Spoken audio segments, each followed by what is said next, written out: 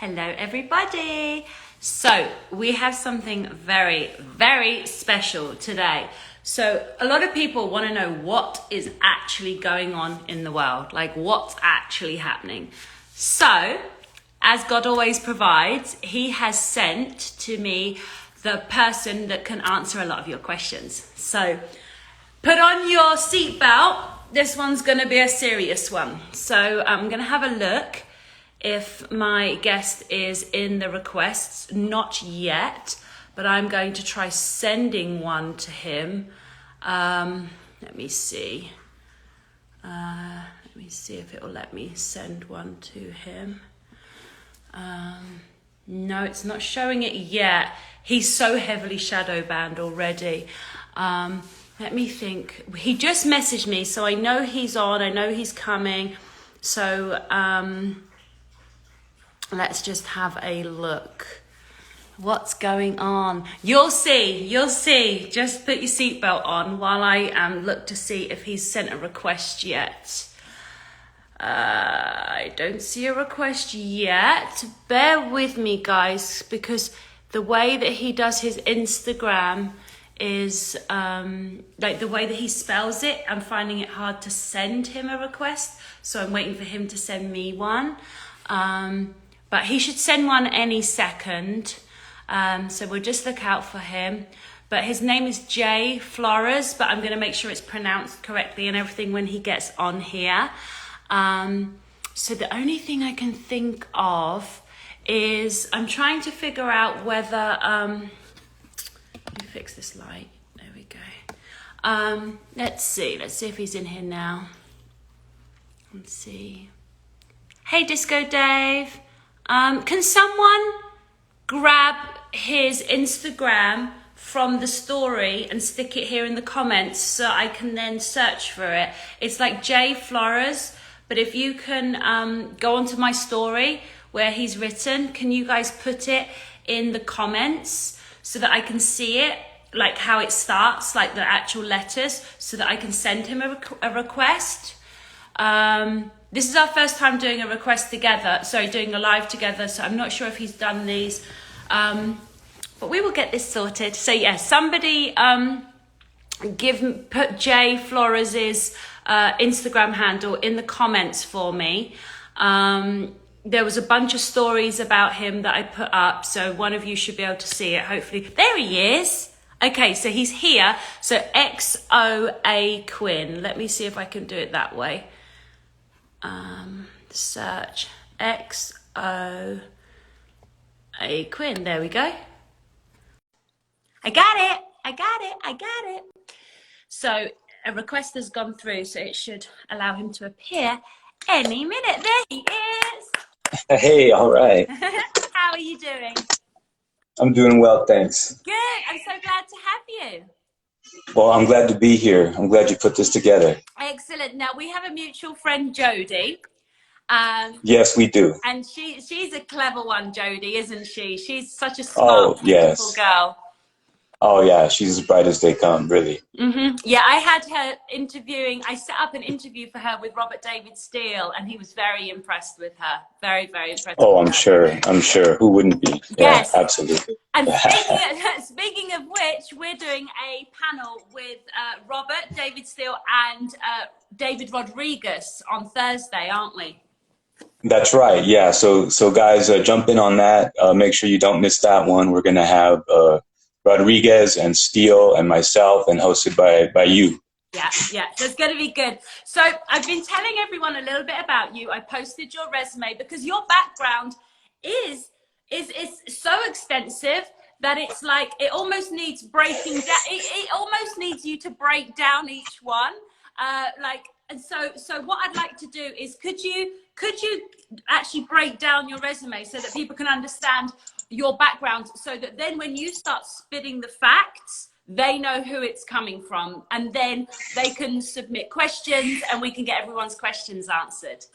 That makes perfect sense. Sorry, my head popping over here real fast. Sorry about that. I'm just trying to find settled. We're just letting everybody arrive anyway. So, because what will happen is in 10 minutes time, someone will jump in and say, "What did I miss?" And we'll be like a whole fucking.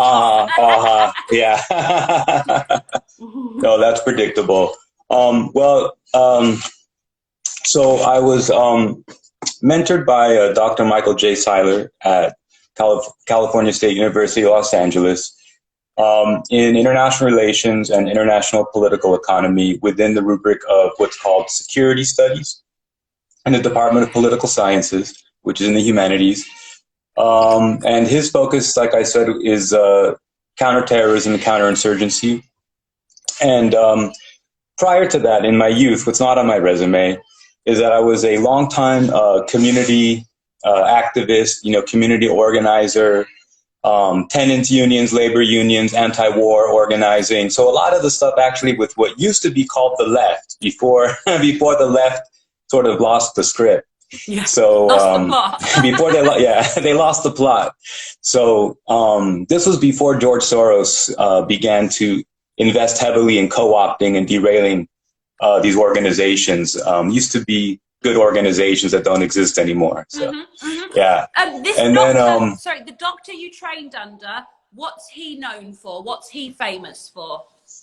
Yeah, so he's a professor. He's an adjunct professor at UCLA and Cal State LA, and he tours and has written some books on Al Qaeda, on deconfliction, on counterterrorism and counterinsurgency.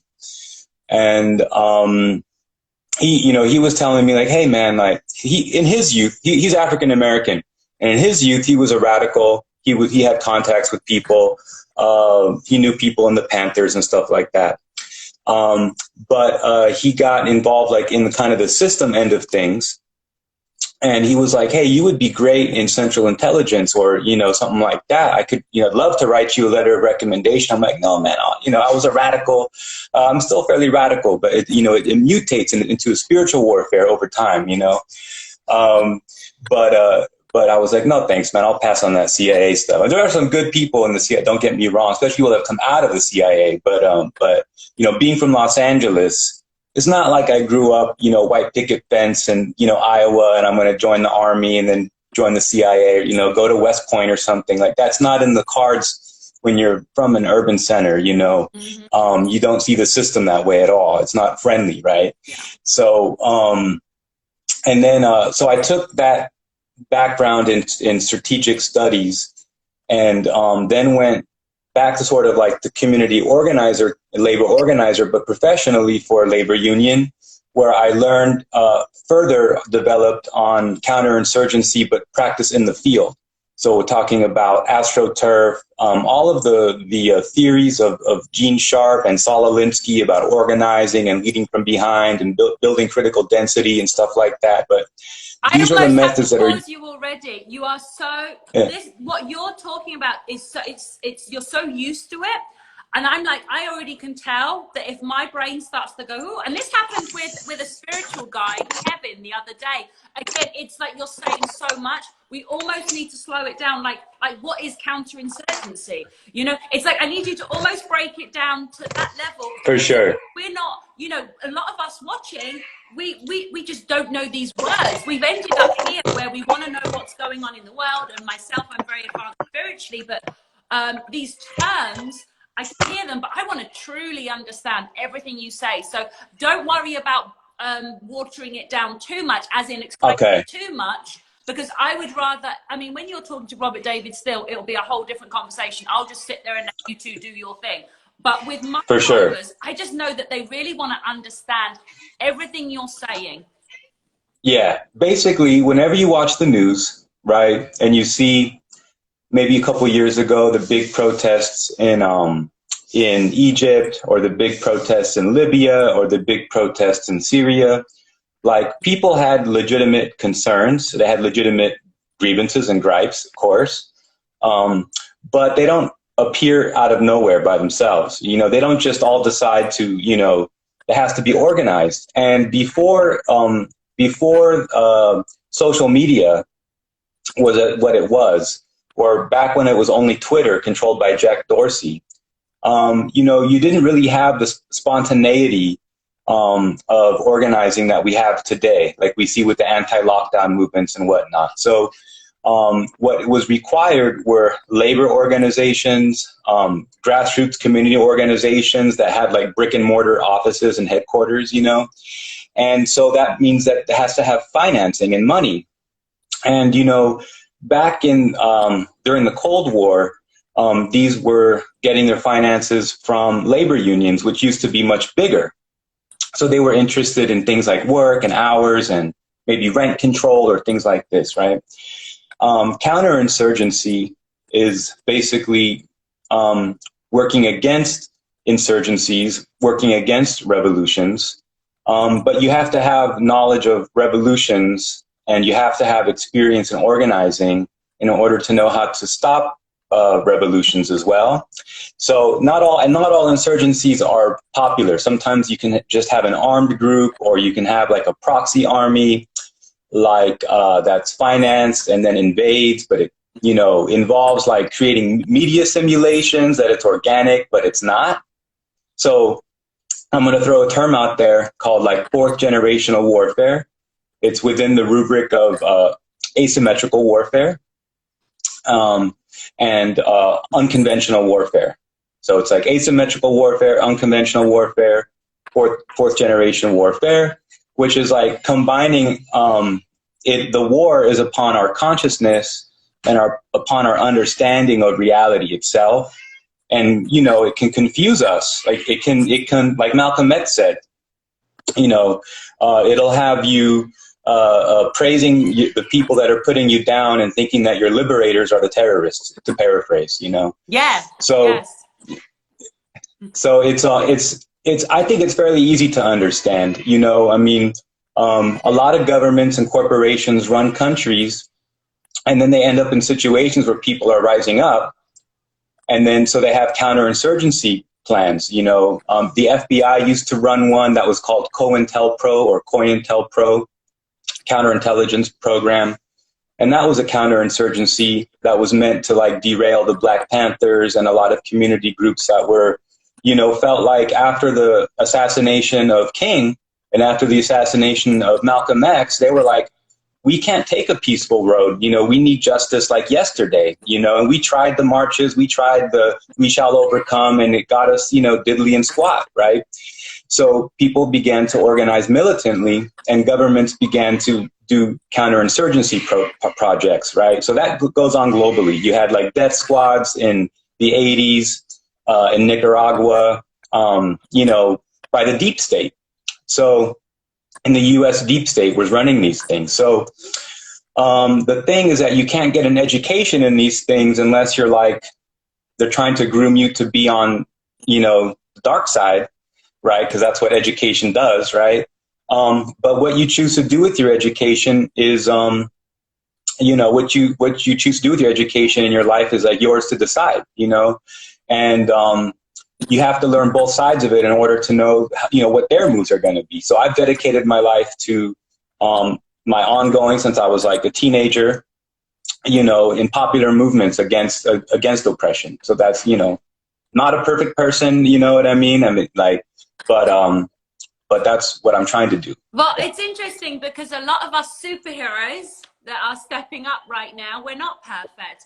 And we have experience of the dark, which is why we know what the light is and how to head towards it. You know, we're not coming from a place of innocence. We're not coming to a place of, you know, what's the other word? There's another word I use for innocence as well, where it's just like literally like easy. Are not easily swayed by things, and I think that's why they're kind of saying it's the rebels, it's the healers and the rebels now that are really making a difference. So what I want everyone watching to understand is this gentleman has basically been studying about revolution and warfare. And so where we find ourselves now is in the middle of a spiritual battle that is using elements from occult elements through to military elements to psychology and a whole host of other things. So when he has studied both the dark and the light of this, he's able to give us a real interpretation of where we are, where we're going next, and what we can all do about it. So that's it. Yeah. That's it. The floor is yours, sir. Yeah. Well, so you know, our situation right now is that for a long time people were asleep, and then these lockdowns began to happen. And just like what happens with prisoners in lockdown is they begin to have a spiritual awakening. Something that's interesting about, can I say the name, William at the door, Bill Gates? We're careful about names that we use in these. But yes, I called him. What was it? I was calling him. I was Bill Gates.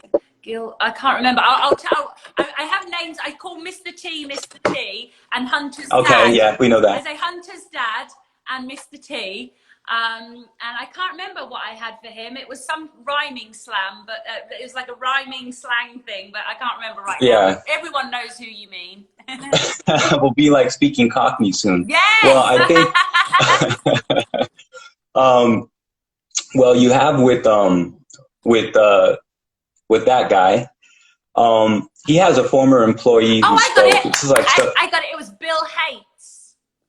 Bill Hates. Okay, so Bill Hates is get this. He's not that intelligent.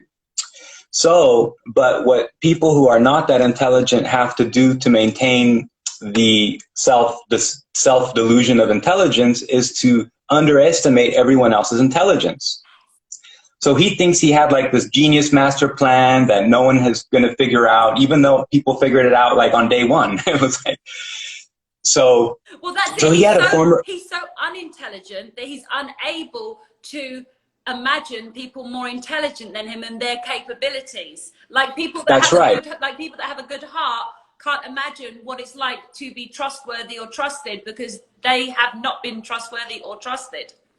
That's right. That's right. So you have, when you have with Mr. Hates, is that back in, just briefly, a little anecdote. So back in the 90s, they were in the process of doing some stuff with Microsoft to offshore the work, outsource the work to India.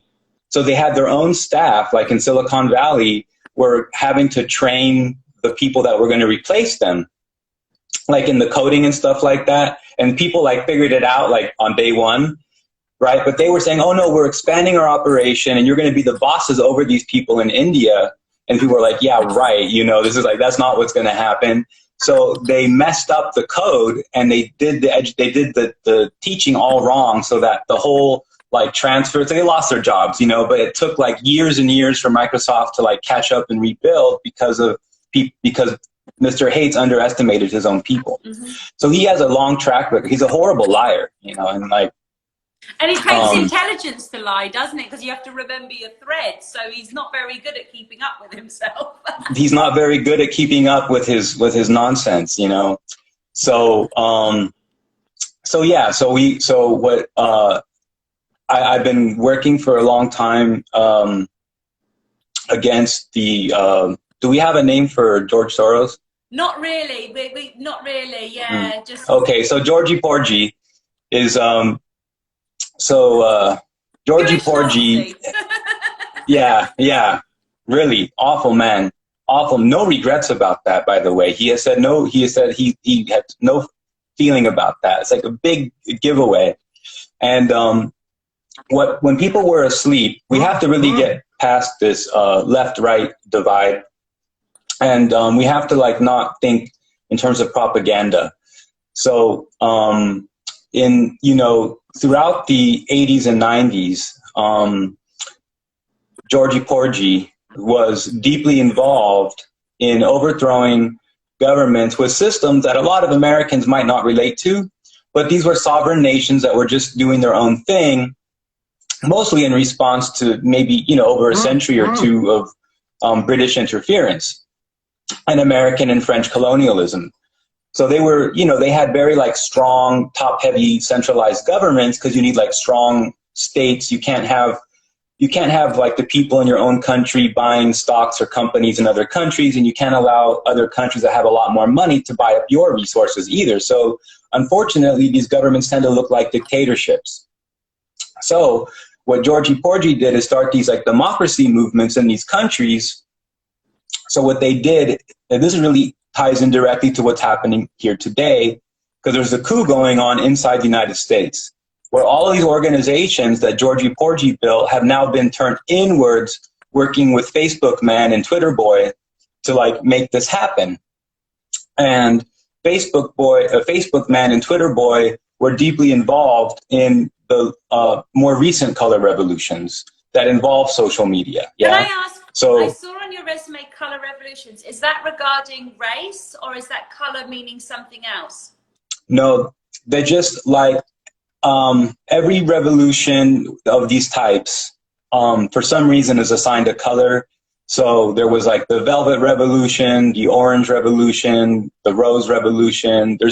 They're assigned different colors, and it's like code or a project name. But the generic term is color revolution, and but what it means is you've created like a false simulation of community, or not really so much labor anymore, but more like community and activist organizing. And it's a really crazy racket when you oh, when the light goes on, so check this out. This is what's crazy about this. So this is how they do it. So the IMF, the International Monetary Fund, is actually controlled by like the biggest banks in the Western world, like Citibank, and in Germany it's Deutsche Bank. In America it's like Citibank. There's other banks too, but we'll just say Citibank and Deutsche Bank, right?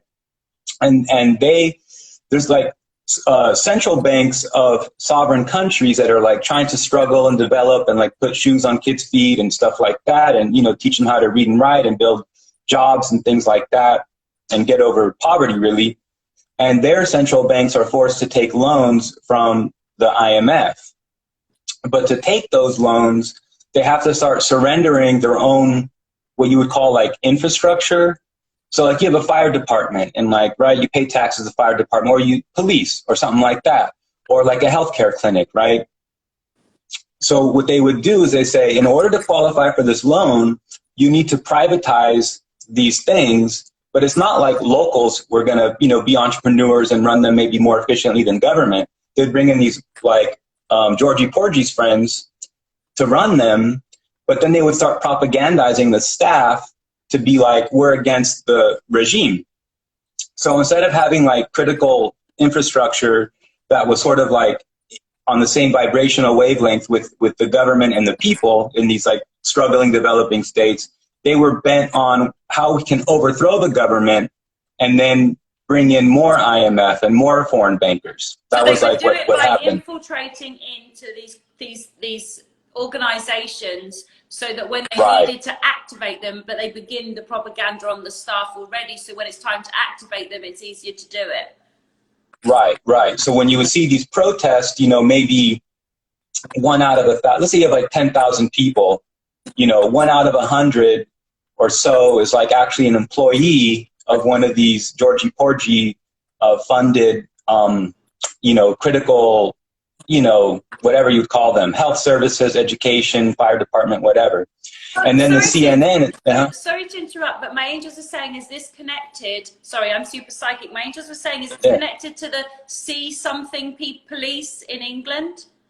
The police that work. Yes, it is. That's the same thing. That's the same thing. Yeah, that's what defund the police is all about. Defund the police is the opposite of like what you would think Black Lives Matter would want to have.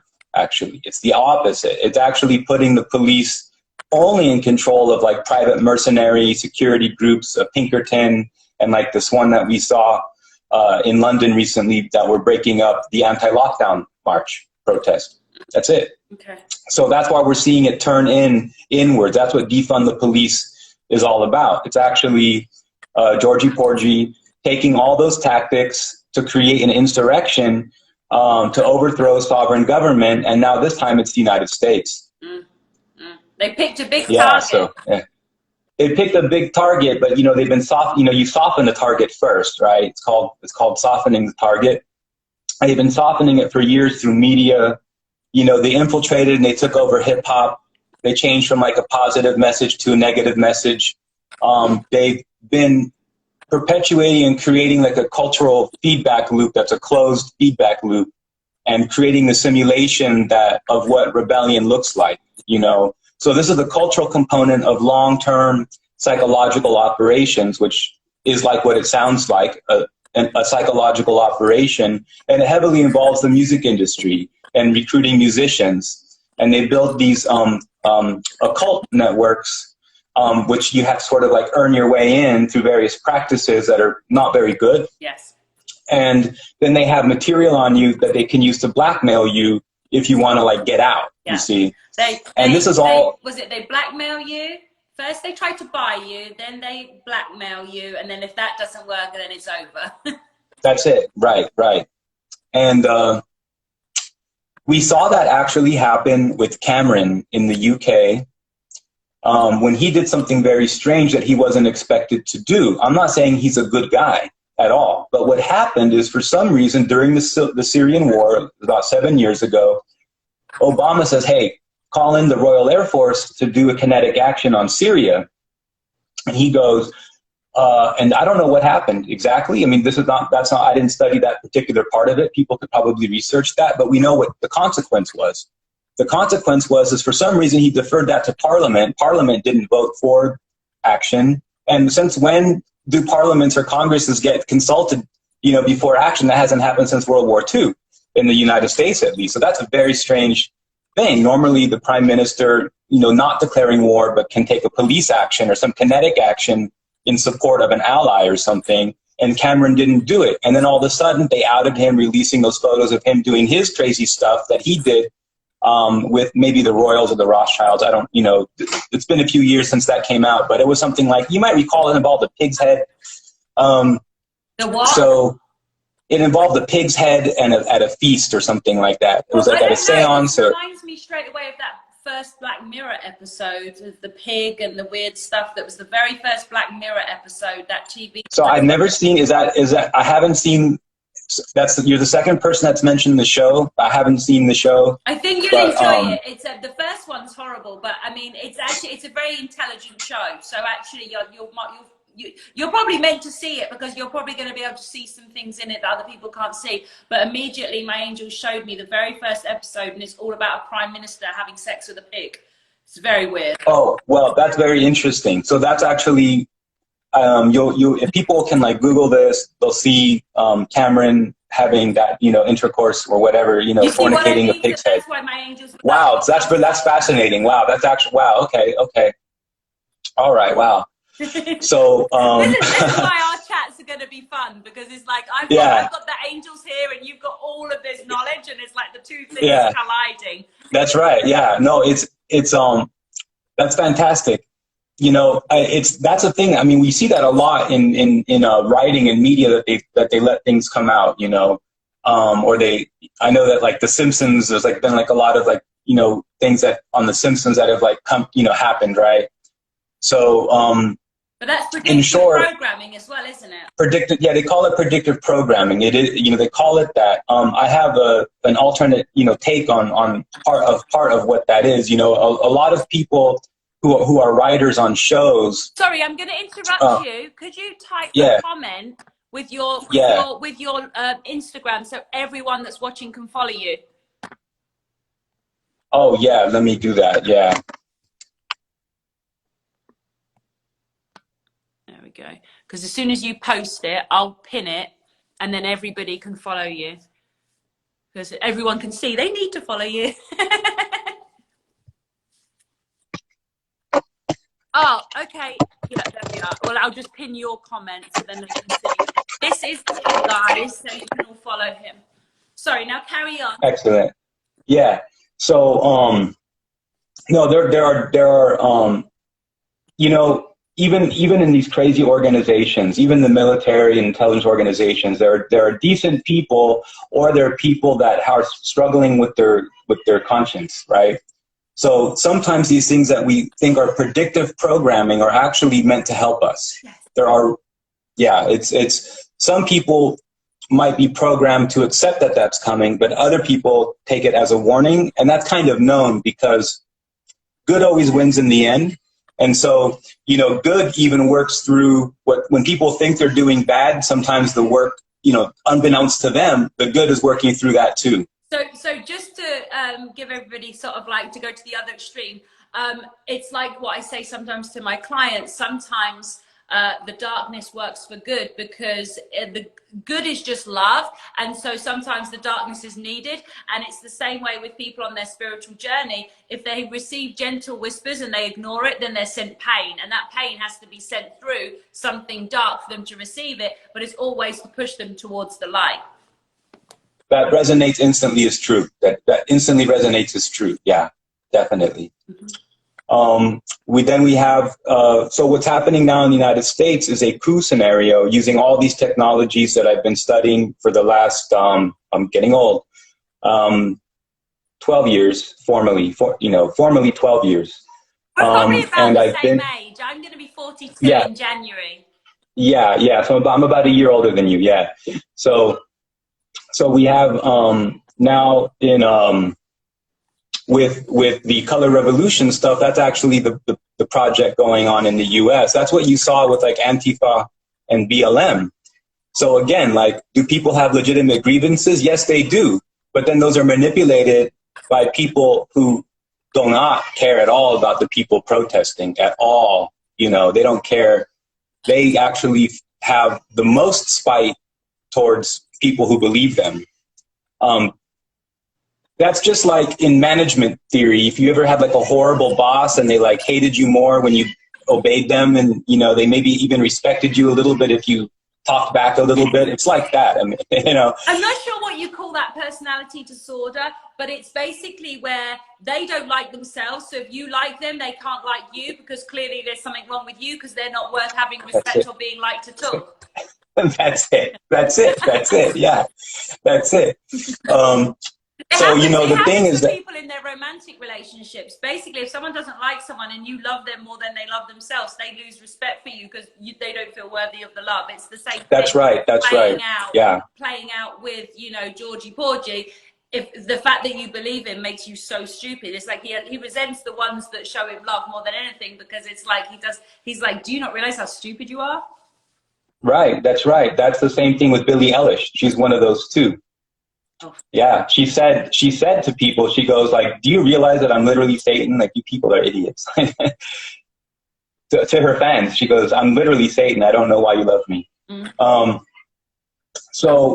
You know, these color revolutions, like, you know, first hit countries like Poland and Yugoslavia and things like that. And I live in the former Yugoslavia now, where the main organization that Georgie Porgy and his, you know, we're using that also as shorthand for a broader network of things. I know it's like people say, oh, you're simplifying it to say Georgie Porgy because there's like USAID, the National Democracy, you know, Democracy Alliance. There's like other organizations and networks, but he's a primary, you know, financier. He's a big part of it, and maybe he's not the lead of every single project, but it's useful shorthand, right? So. He's basically an agent of the IMF, but the think tank for the IMF is the World Economic Forum.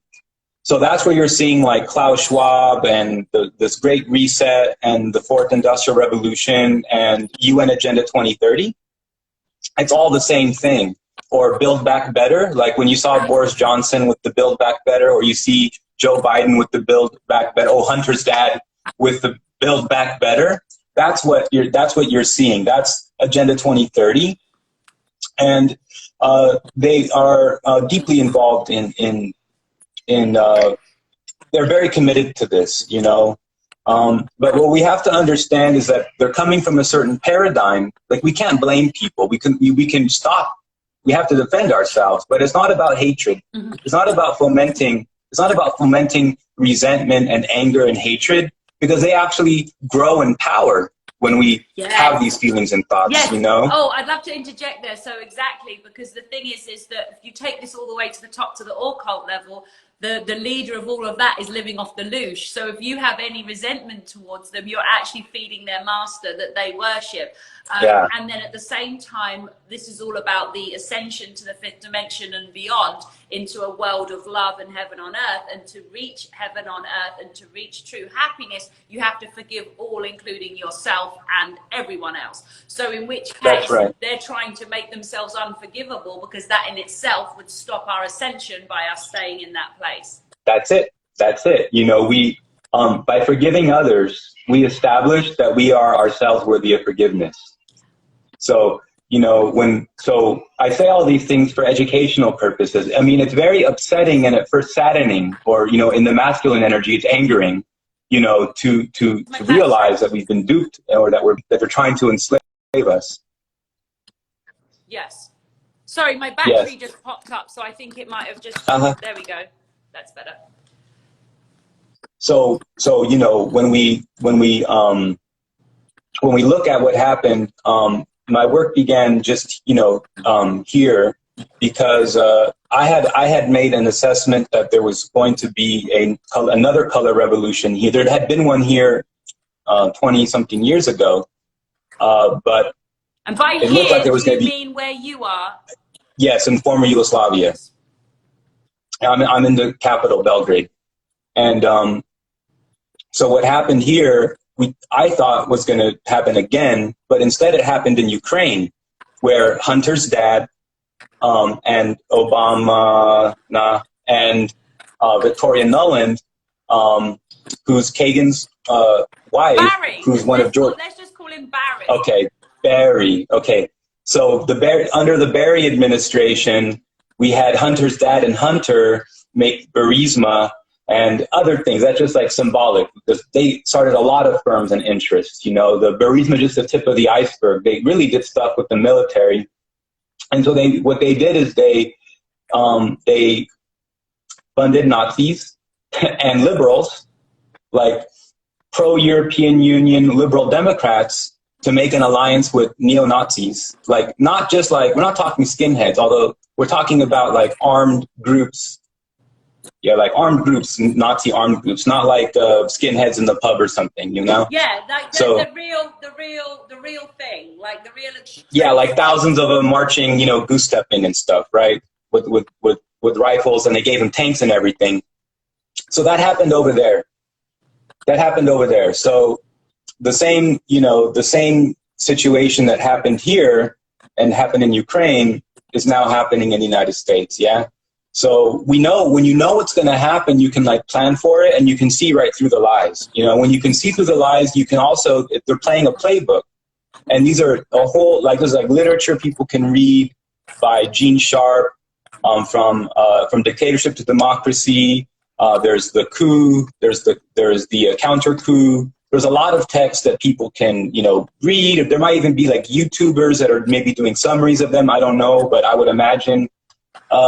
So there's, you know, that's been a lot of my work. And then we did like a newspaper to expose like what was happening in Syria and Ukraine, you know. And when Mr. T came to power in the United States, it completely changed the story, because now I'm going to say things that, you know, might conflict with some narratives, okay? But I'm on the ground here. I live it. Like, this is not my theory. I'm a firsthand. So I was a person of interest in the Mueller investigation.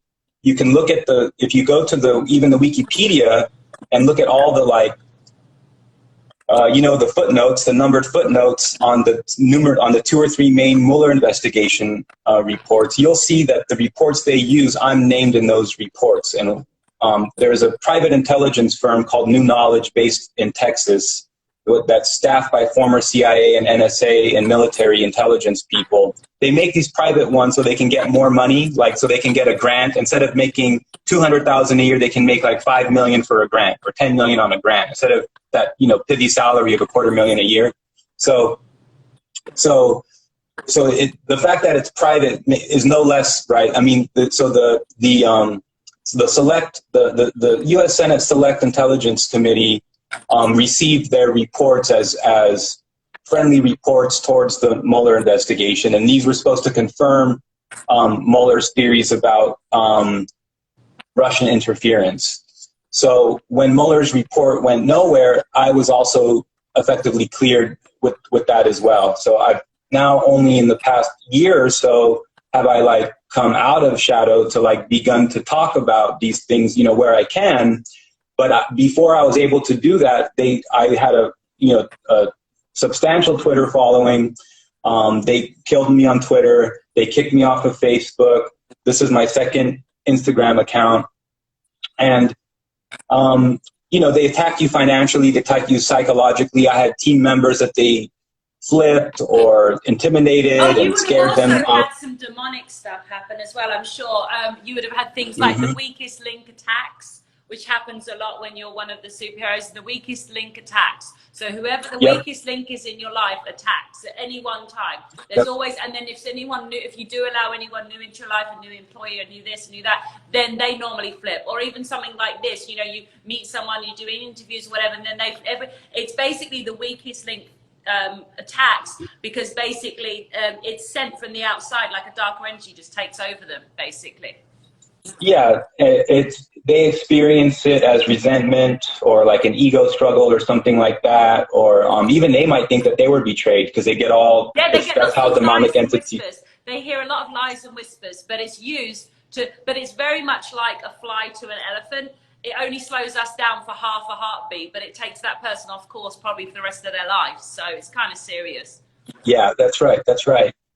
So I had been fairly, you know, spiritual and whatnot before that, but it went, you know, it in the past 3 years, like very intense things, you know, happened to me where I'm now able to manifest little white lights in the sky.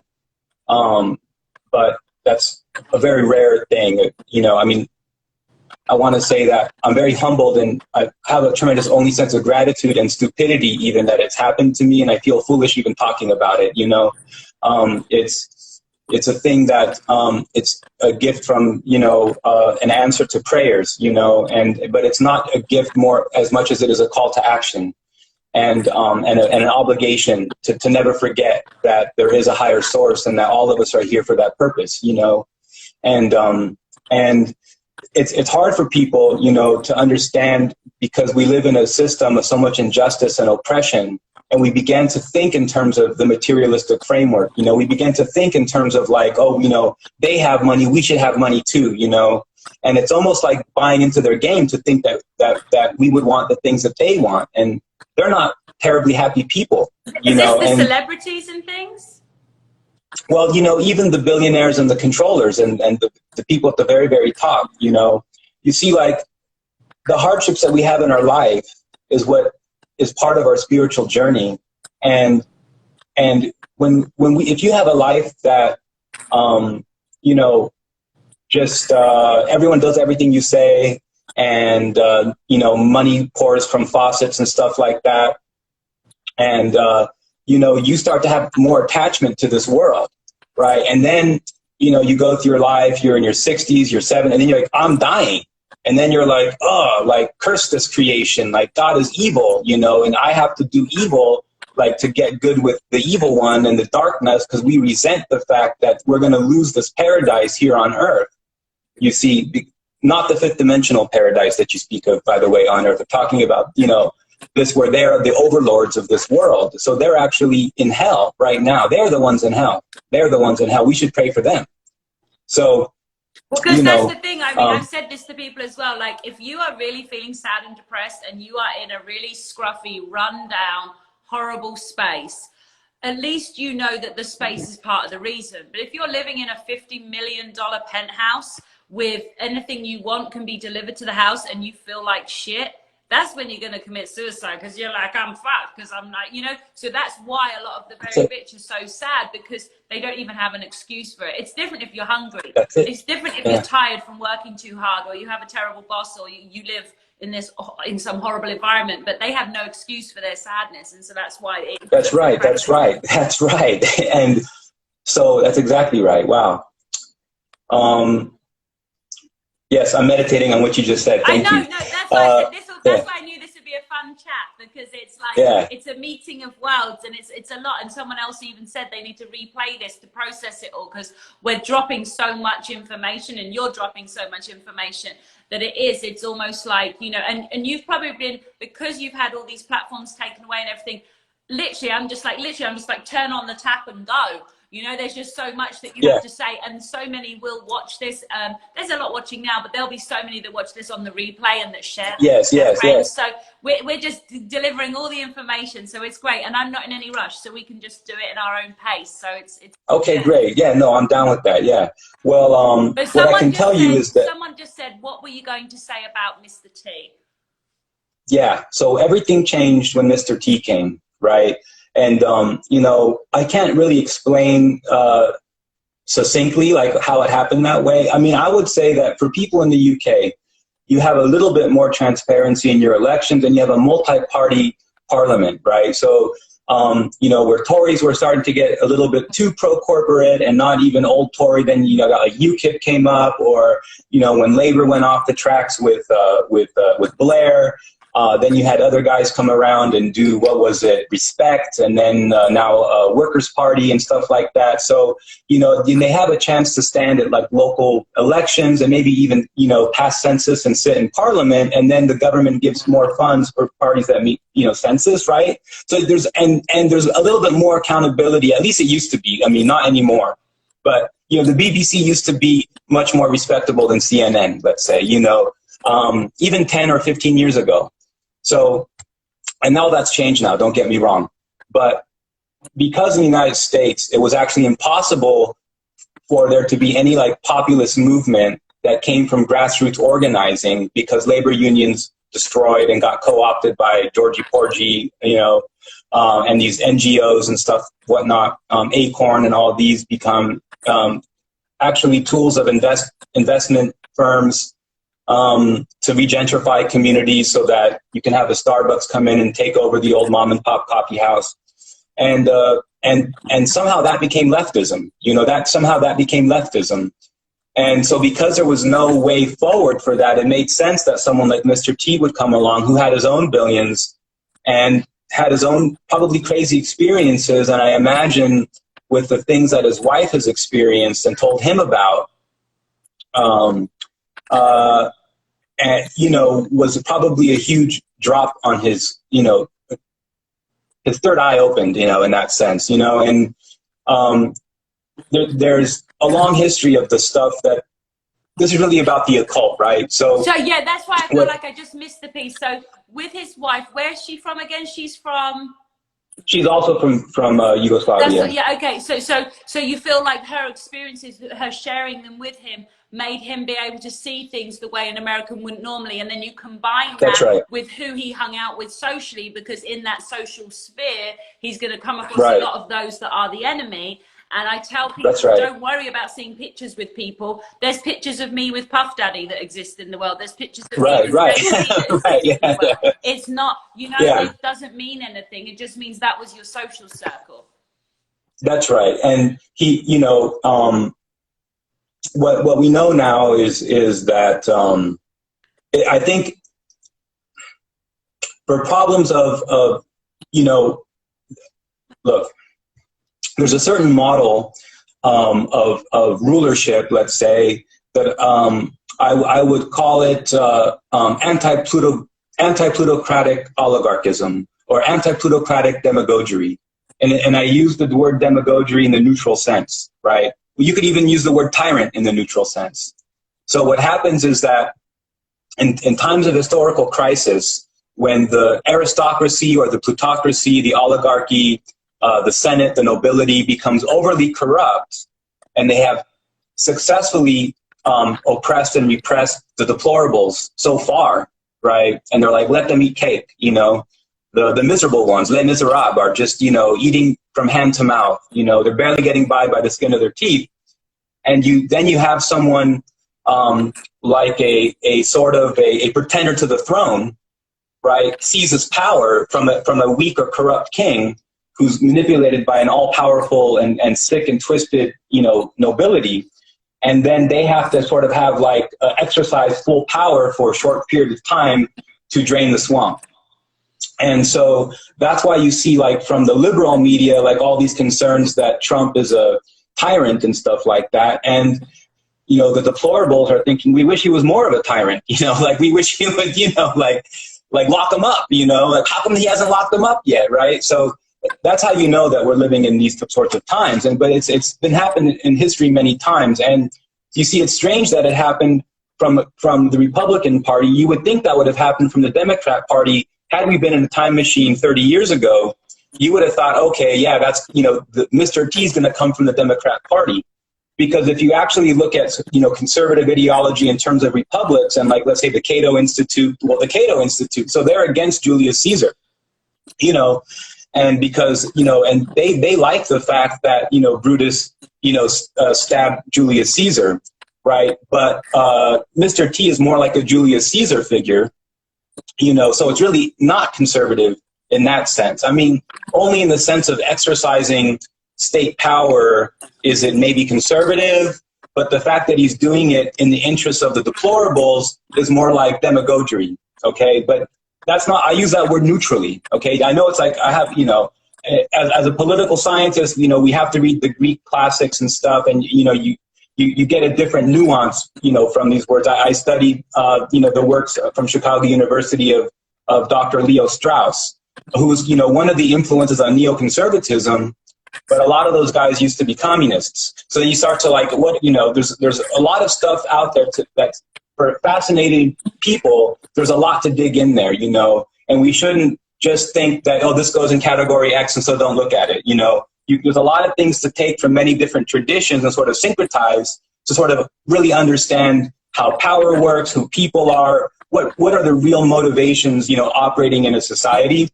And so, people in the United States who are from more rural or agricultural or suburban areas don't have their fingers on the pulse of like the urban centers. They don't understand why people were Democrats. And they also don't understand why Europe was so social democratic. They don't understand why European socialist parties were so popular, because the American ideology, especially like in the hinterlands, is so unique and so much more rooted in that original American revolutionary spirit of 1776. And it's a very different, ethos and vibe from the experience of living in Europe with the old aristocracies that used to, lord their wealth over people. And people don't really understand that the left in Europe came out of opposition to these like very corrupt and ossified aristocrats who said, let them eat cake, So my angels were just saying the reason why he had to come out on that side, that Mr. T had to come out on that side, was because Soros had bought up the other side. That's right. That's right. And it was bought and paid for because of it being a psyop, because of the fact that they needed to utilize the anger and the frustration, the genuine anger and frustration. They wanted to capitalize on it. So that was taken. So that was the only space left, was for him to embody that. Yes, that's it. That's it. And, spiritually speaking, there are twins.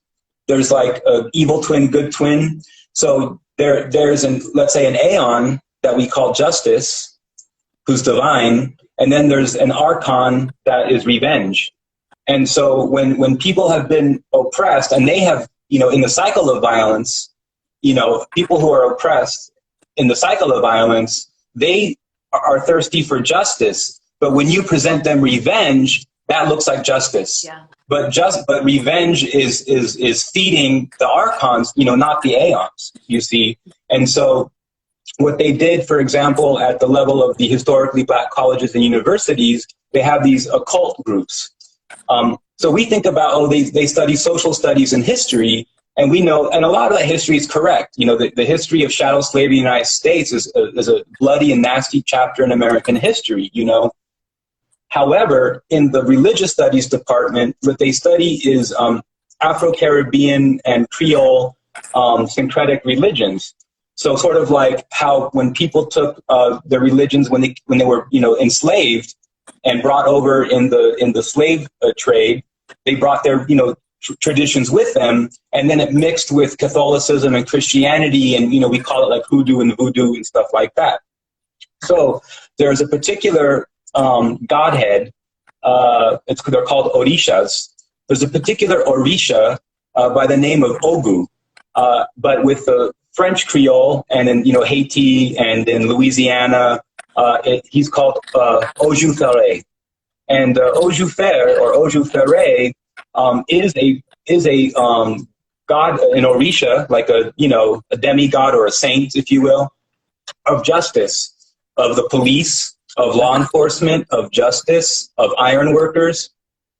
Okay, but with the students in the religious studies department at the historically black colleges and universities, there are professors who are leading breakaway cults where, like, at their own house or retreats with like their favorite students, they're teaching them that this Oju,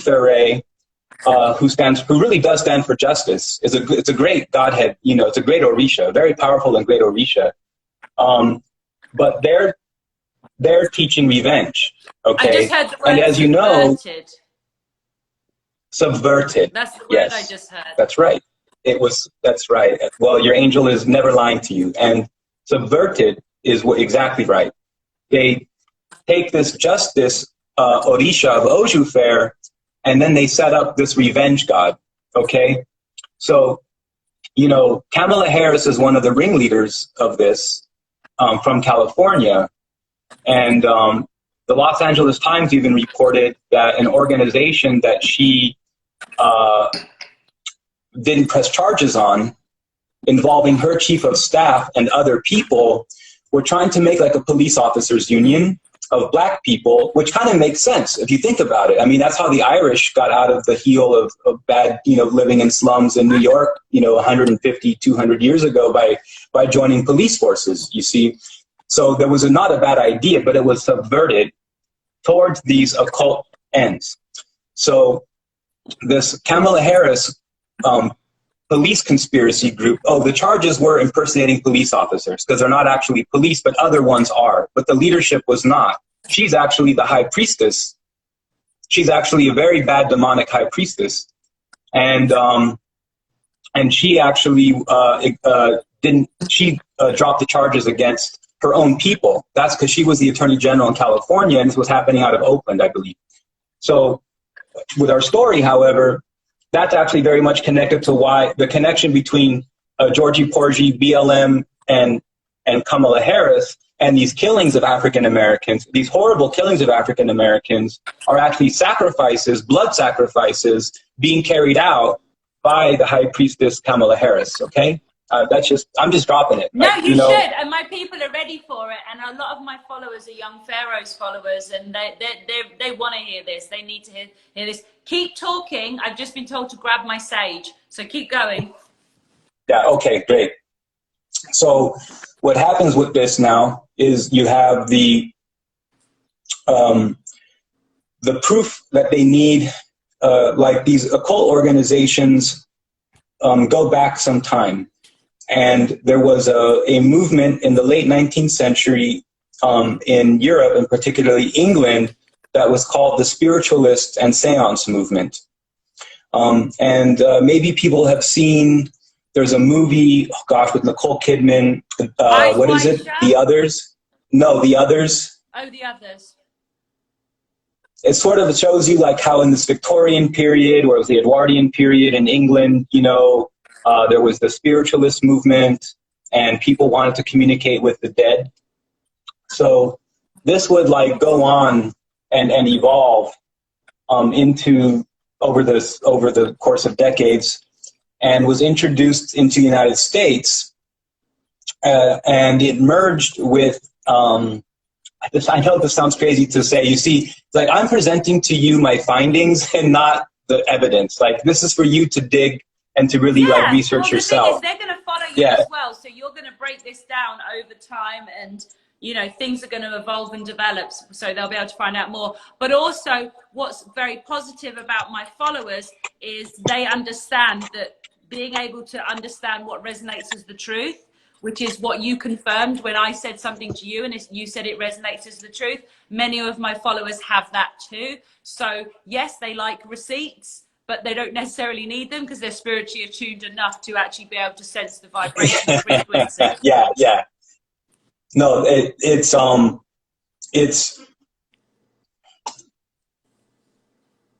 you guys have seen my resume. So I'm saying this at the expense of credibility on the professional end. You know, as you can see, that I'm an analyst, freelance, but in the structure of the Russian Foreign Intelligence Service, and I've been privy to how operations work and actually how it's like I'm gonna like get all fucking emotional talking about it, you know? Yeah, well, like, again, we've had a shift. We've done an hour, and they now know who you are, where you're from, and every single person that's joined this live has stayed on. No one's left. It's like this is not one of those lives you click in, you click out. It's just going up and up and up. So now but that's why I was told to get the sage. We're like, now we're on to like the next. It's the energy's strong. And also because you're actually feeling very lovingly supported by those that are watching. And it can be quite, because again, like I said, my followers are not normal. You can tell I'm not normal. My followers aren't either. They're all here for this. They're all just like, keep going, we're here. Let's do this. All right. So this actually is all part of how color revolutions work at the spiritual level, because when you are trying to antagonize a population to overthrow their government, I'm not saying that governments don't need to be overthrown sometimes, don't get me wrong, but we're talking about a plot by billionaires to overthrow sovereign states. Okay, so that actually puts them in a worse situation than they were before. So even though the activists a lot of times, and even most of the time, have legitimate grievances, and even though the system that they're in may be somewhat corrupt, partially corrupt, maybe even irredeemably corrupt, so then they're like, I don't even care anymore, I'm just angry. But then when that absence of love and the manifestation of anger isn't just something that the activists feel that's manipulated, it's actually an integral part of the occult religion of the people staging these color revolutions at the spiritual level. And that's the thing that separates me from my peers and, you know, in my profession, is that because they're like, we know that, for example, the former Yugoslavia is the highest human trafficking country in the, you know, in this part of the world, and it's because the Clintons came, because those people came and they Hillary. Continue to try to run, you know, that's right, because Hillary and gang continue to run these operations of abducting people and you know, they supported a mafia don, an Albanian. I love Albanian people. The 99.9999% of them are wonderful people. They'll invite you in their home. They'll give you the last thing off their back. They're beautiful people. I'm just talking about countries and people, what happened, okay? So a mafia don who happened to be Albanian ran something called the Yellow House that was supported by Georgie Porgy and Hillary, which they were abducting people and cutting them open and harvesting the organs, okay? And then Madeleine Albright and Hillary and Georgie Porgy made him the fake prime minister of the sort of breakaway little country called Kosovo. Now, that's why you see, like, in English pop, there's like people from Kosovo that they're promoting as pop singers, and they, you know, and it's like, oh, we're the oppressed and stuff like that. And I'm not saying that they didn't have a hard life or that they didn't, you know, believe the narrative that they were told, but the Yellow House is real. The people who put them in power is real. It's, you know, it's General Petraeus, it's Madeleine Albright, it's Hillary, it's Georgie Porgy, and they created this little puppet state out of one of the countries of the former Yugoslavia. They had carved it out of Serbia, and that's what they did. So now this is not just like for the money. The money's just like, you know, like the money's just like how they entice stupid people, like in Pinocchio, like go to the, you know, the island, right? Like, you know, of fun, the Funhouse Games Island and shit. But, you know, the real thing is for them, it's about control and fear and hate. It's only about control, fear, and hate. Those are the only gods that they're interested in. You know, money can serve good purposes or bad purposes, but they want to lure you in with money because it seems like what you need, right? It's like water. I need that, you know? So back on point, what happened is that out of the seance movement in the 19th century, even though Europe had been sort of on this progression for since, you know, the Copernican revolution, really, towards naturalism and the scientific method and materialism, you know, the Reformation, Protestantism, and then the later scientific revolutions, the religion versus science theory that came out in the middle 19th century. You know, it's very strange that at the end of the 19th century, that the spiritualist movement arises, and people start to do like the, auto writing and speaking in tongues and stuff like that. But this was a very low level, like learning level. So it wasn't like they couldn't tell the difference. One of the things in the Victorian era, the people that were involved in this might be people from the arts or people from like the upper classes. Okay. And they were prone to flattery. So a lot of these mystics, these spiritualists would like, hey, I can get you to talk to your deceased ancestors, right? But what they were actually doing was summoning demons that would lie to them and say, we're your ancestors. And then they would come and engage in spiritual possession. They would come permanently live in the house. You know that it's like this. Sorry, my angel said this is the part why, this is why I had to say. Carry on. That's, you know it. You are good. You are fucking good. I'm so glad we met. This is fantastic. It's great. Like I you said, are good. This is the time. It's all just predestined. Like I said, it's all just predestined that all the right people are all coming together right now. You know, it's a good thing. That's right. It's a good thing. This is a great thing. So what happens is that people began to perfect this, and then into the turn of the century, at the end of the 19th century, a very gifted spiritualist was born, and he was really doing a lot of his work in the teens and 20s, and his name was Aleister Crowley. Sorry, and can I just ask, sorry, but my angels are bugging me. Is Rita Ora one of these pop singers? Correct. Yeah. Yes. She used to work at the sneaker store down the street from where I lived, and I knew Jay-Z, so I kind of knew how it had all sort of come about, and I heard about how it all came about. So it was just interesting, because she kind of is being pushed for no reason. It's like, how she's still relevant? Like, it doesn't even make sense. Yes, it doesn't even make sense. Now you see why it makes sense. Yeah, these people are pushed for a reason, yeah. So Aleister Crowley built this Ordo Templi Orientis as an occult movement. And now you have encountered a lot of these ideas in your work, because you've read many books and you've consulted, your angels tell you, you've read many books, you've talked to other people who believe that they're working the light. But you'll find the messages take this weird turn where it becomes very selfish. They start telling you, block everyone out of your life who disagrees. Yeah. It's like, well, you know, it's one thing where you have visibly toxic people that you can identify. Like, if you have, you know, narcissists and things like that, okay, fine. But when they start telling you things like, when things are too heavy, just put them down for the very reason that they're heavy. It's like, well, wait a minute. That heaviness was probably an obligation that you made. You know, and there's a balance of feminine and masculine energy, and it can appeal to some energy, the idea just to put it down, you know, and we know that, but instead the correct answer is to reevaluate, why did you make that commitment in the first place? And then maybe you remember carrying all of a sudden is no longer heavy. Oh, we're having our first real interference. Let's get. Oh, one second. They don't like that. 1 second. We got the spinning circle. It will either stop. Oh, and we might be okay. I think we're back. Okay. If we do have any problems, you can just leave and come back in as well. But I think it was the mention of that man's name. Because he has an army of dark souls, and so that's what's swimming around now, messing about. Yeah, on his deathbed, he says, because he's like thinking that he's really strong and good, and that he's like empowered by darkness and swimming in darkness, and he's their man. And then he's like 3 minutes from death, he's on his deathbed.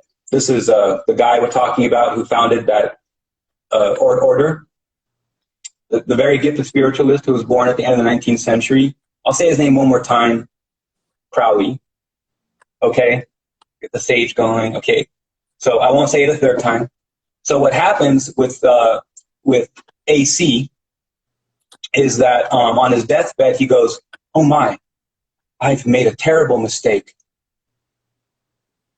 You know, when those entities come out from the shadows, because now you're the sacrifice, and then those dark hands are around your throat, you know, then you're like, oh, they weren't working for me. You know, I was their sucker. I was their fool. You see?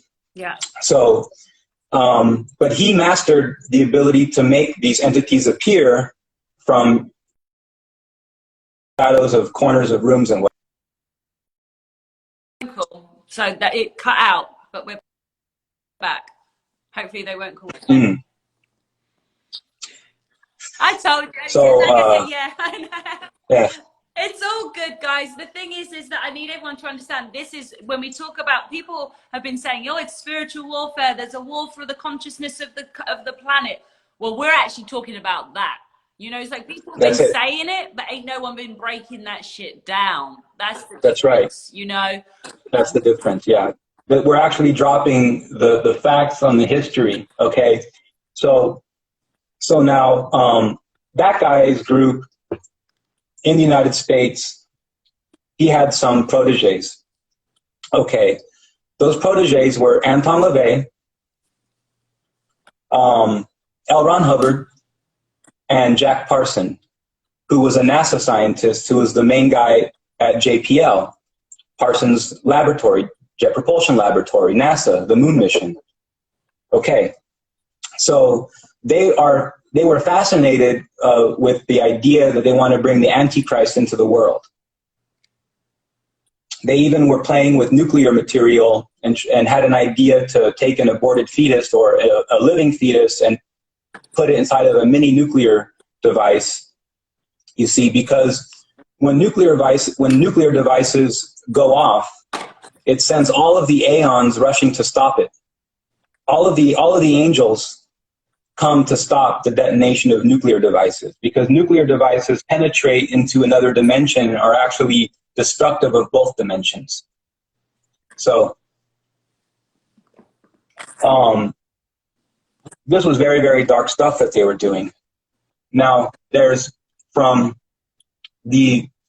just like there was the third industrial revolution, okay, we're hitting the fourth industrial revolution, okay. Spiritually, the third industrial revolution was the final culmination, was really the last industrial revolution, okay? The third industrial revolution was really the last real industrial revolution. In terms of industry, like smokestacks and like work and like people got pushed off the land. They used to be farmers, now they had to become workers. The left used to call them proletarians. You know, the proletarians were forced to work, become factory workers. They formed unions to fight against the oppression of the factory owners, okay? That's the third industrial revolution. And just like the same way you have an assembly line, like, you know, assembly line, like I Love Lucy, putting the bottles on the bottle tops, assembly line, okay. Sorry, there's someone yeah. wants you to just clarify how the fact that the angels rush around when there's a nuclear thing, so it actually hurts the angels? I don't believe it hurts the angels, but it holds the potential to harm the other dimension. And it's not going to happen, but it could, if it wasn't for them. I know it's kind of contradictory. If it wasn't, there's no such thing as if it wasn't for them. But if hypothetically it wasn't for them, nuclear devices on mass scale could destroy the whole project of building the kingdom of heaven on earth. Because we are the light workers. We are the worker. We're the proletariat of light. Okay. So just like the factory workers were fighting against oppression, against people suffering from the sin of avarice and worshiping mammon and money and greed and you know, lust for power, that's like the Platonic representation of the demiurgic, you know, the demiurgic force, the false god, the god of matter, let's say. So this is in their theology as well, except they believe that they're with the dark one in this sort of Manichaean, you know, system that they have. So what happens is that just the managerial revolution, the managerial revolution was the organizational form of the Industrial Revolution.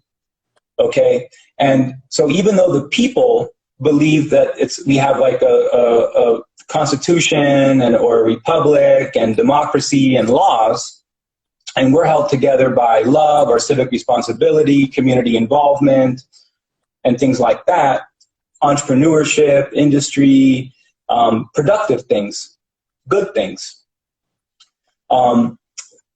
It was understood that the only way to keep the ruling class together was to have a breakaway, very different religion, a very different mystery religion, like the mystery religion of the in Chaldea, the Babylonians, the Sumerians.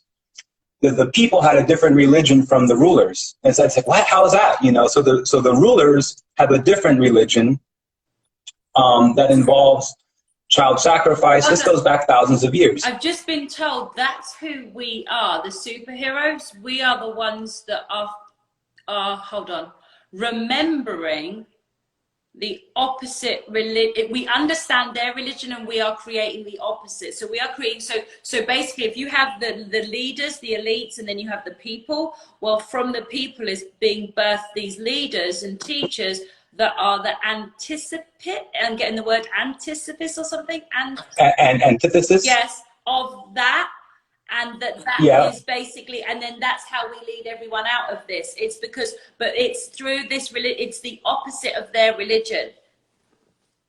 Yes, yes. We're like the ones that are speaking of the prophets and those to come. You know, I'm of the view that the really beautiful ones are not yet born. Yes. But we are sort of, you know, yes. We're like sort of the midwives, you know, we're like we are the midwives. Something's happening. I don't know. I'm just going to put a comment just because hopefully it'll make it change. It's what it's doing. Okay. I'm posting my own comment. There we go. Okay, it worked. Great. Yeah, so basically, yeah, no, the real ones, well, I was told that's what, it's 17 is the word, and it's basically, well, they're being born now, and in the next few years, when they reach 17, that's when we will see the real ones. So the real ones won't have any memory, they won't be tarnished with any memory of any of this. So some are being born now, some are being born right now during this year.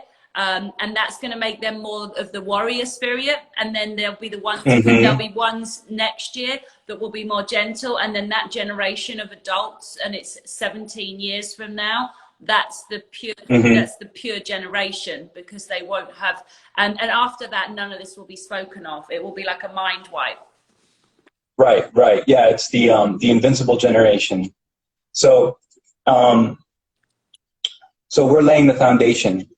And so what happens is that the technology and science of organizational science, organizational technology was to keep, in other words, like you can have, let's say, 10 different billionaires, okay?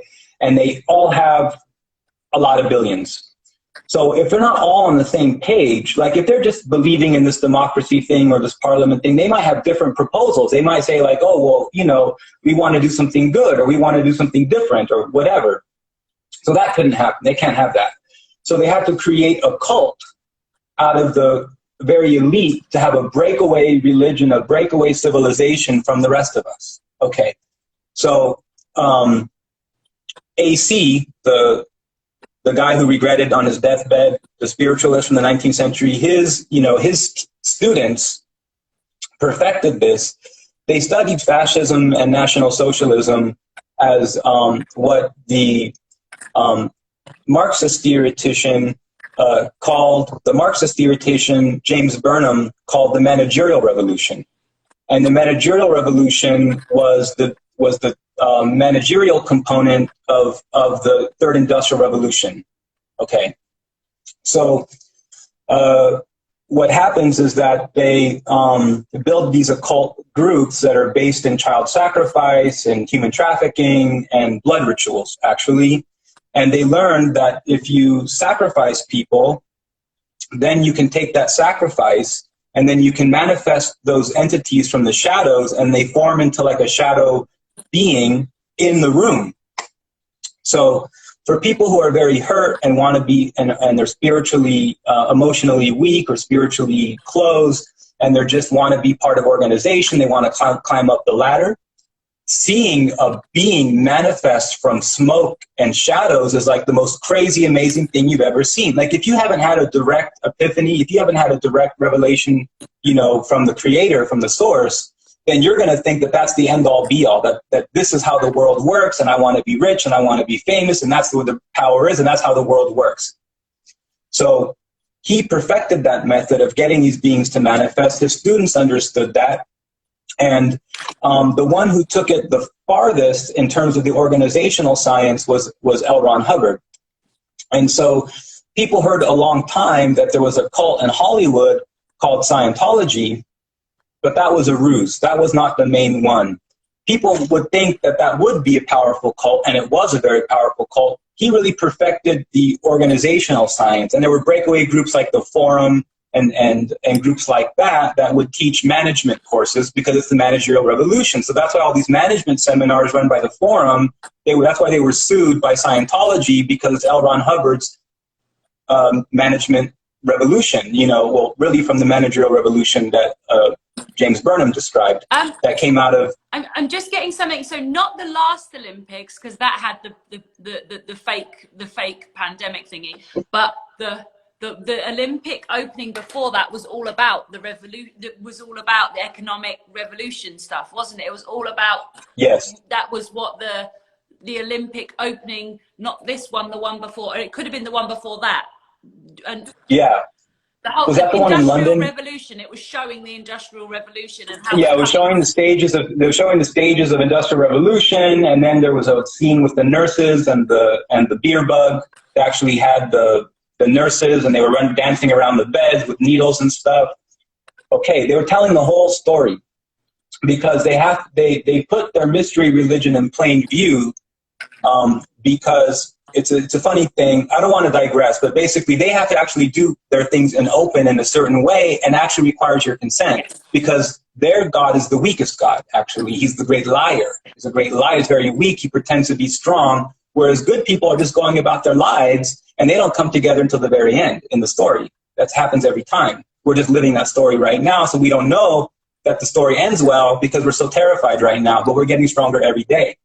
So what happens with this sex magic cult is that they penetrate the, you know, they get all kinds of people who are disgruntled. Maybe they're like fascist corporate bosses. Maybe they're even pro-guns people. Like, you can get the right ideas and make it go the wrong direction. It doesn't even matter what you think you believe. It's like, what are your intentions, and that difference between revenge and justice, you know? So it can seem very close. I'm being told, just in case anyone's getting a little spooked, intention is everything, okay? So I just need everybody that's listening to this to understand that the intention from your heart is love, which is basically casting a whole bubble of protection around you, because your intention is love. So understand that you are more powerful and greater than anything else. And that is why me and him feel comfortable. We can talk about it. I'm burning some stuff. But the fact is I still know I have dominion over this space, because my intention is love, his intention is love. So understand, everyone, that almost watching this in live or on the replay, you're actually creating protection around yourself of the fact that your intention is stronger. Okay, so just... Yes. Yeah, they're very weak people. It's a very weak God that they worship. It's a false God. It's a very weak God. And it's for injured souls who can't heal or haven't met someone. I can take out any of them by myself on my own. They are pussy. I believe you could. No, I believe you could. And this is where, like, Clinton and Podesta and all them, that's where they come in, because they got involved, and they were like in a later generation, because, you know, the decades moved on and stuff. But the Rothschild family learned about... Were very taken in by Crowley, and they understood that there was, you know, like, if you can, like, for time immemorial, you know, kings would have different alchemists or Gnostics or magicians, magi or priests or, you know, whatever, Rasputin, for example. And he would like come to the court and like show them like, I can do these things. Okay. So Crowley impressed very heavily on the Rothschild family at a certain point in time. And it was understood that, yes, this is the magic. This is the stuff, you know. It had been,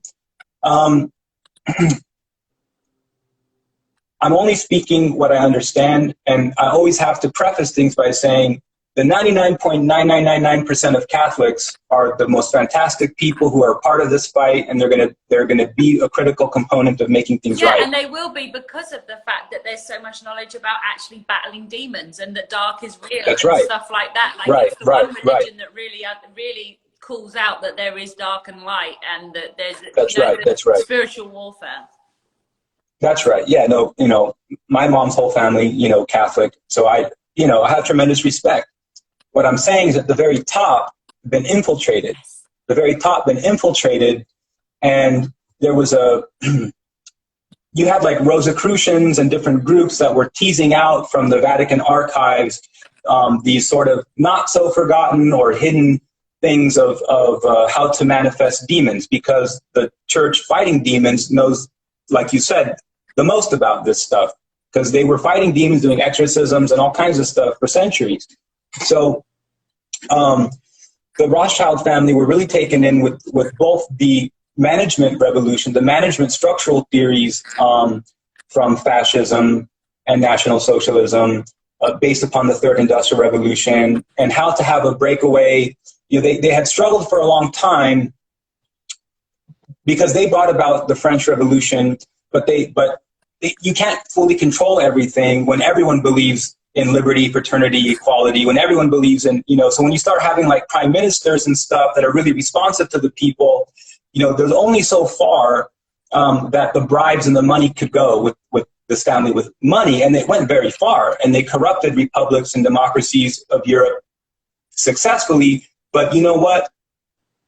Not enough. You know, it's like more is not enough. It's all of it, you know. So they had to make this, and so when they uncovered this occult magic that's real, they were like, this is the golden ticket. This is the golden ticket. So this is just, it can go by many names. It can be this or be that. You know, it's really only a footnote that they have different names. But we know, for example, that Chelsea Clinton is like their family's like, there's a word called hostage, which we use today like in terrorism, and we think of it means one thing. But historically, a hostage would be like, you're a king and you have a princess, and then you have your, stay with you. Yeah, send them to go live there, right, in the other king's castle. And it's actually from the word host. So they're treated very well. They live in the courtyard, and they're respected, and they're friends with everybody, and they live perfectly fine, and they don't feel like bad or anything like that. And they're a hostage, okay, because they're being hosted. So, like we saw Chelsea it a Clinton, lot in that TV show, the one that was really big. The really big TV what was that show? The biggest TV show. Everyone in the audience would know. You know the show that was big that everyone watched, that was set in like the olden days, and there was like the families against each other and stuff. The one with the dragon. The Game of Thrones? The Game of Thrones. Yes. Okay. They did that in that, didn't they? They would send them to go stay. That's right. That's right. I'm running to the bathroom. Keep talking. Great. I'm running to the bathroom. Keep talking. Okay, for sure. Okay. When you come back, I'll be through with this section. So we're just describing right now with how the occult actually took over the ruling class in the United States. There's many decades in between, and it was a weak force, but once Hollywood was fully part of this project, and once they brought in the music industry as part of it, the terrain for this was really softened up hardcore in the 80s and 90s. And you saw the rise of like Tony Blair in England, the rise of the Clintons in the United States. And the thing to really understand from this is that they did not They did not think that it would even take so long, but it has, because actually good people have been getting in the way all the time. So they're really behind on their Agenda 2030 goals. And if you look at what Trudeau said regarding the beer bug and, you know, the Great Reset, he's saying, oh, this beer bug, you know, like the Mexican beer, you know, like the word for crown, the beer bug was a fantastic opportunity for Canada to reach its Agenda 2030 goals ahead of time. See, they're not here to represent and serve us. They're here to serve this goals of Agenda 2030, and we're already in 2020, and they think that they're like 25 years behind because good people have been interfering all the time. The more that they think that they're doing something, they actually get frustrated through their own efforts, continually frustrated through their own efforts. It's almost laughable. Like I said, they're very weak people. That's like the whole gargoyle effect. That's like when we look back someday and get to laugh about this, you know, it's like, we're going to be like, these people fell so easily. Like they almost did themselves in. In fact, they are doing themselves in. So, you know, you are all very powerful people, all of you. And you know, that's the most important thing to remember about yourselves. So, you know, but they do these actual killings for a reason. And it's actually to manifest these entities, which they believe are you know, the most crazy thing they've ever seen in their lives. For some of you, it might be the most crazy thing you've seen in your life, but it won't be. You will see much more beautiful things and much more holy things and much more, you know, vibrational things than that. So don't lose faith and just, you know, keep meditating on that point, and it'll happen. You will have a direct epiphany. You will have a direct communion with the source, with the Godhead, with the one God. It will happen, you know. So don't forget that. But they just believe that the little things they can manifest, like in an inside chamber, like on a stone floor, on a tablet with like 10 people chanting stuff, and they have like a dead baby or something. They think that's the main thing. That's what they think. That's what power is in the world, and they really believe that. And it's been a successful religion that has been compatible with the third industrial revolution.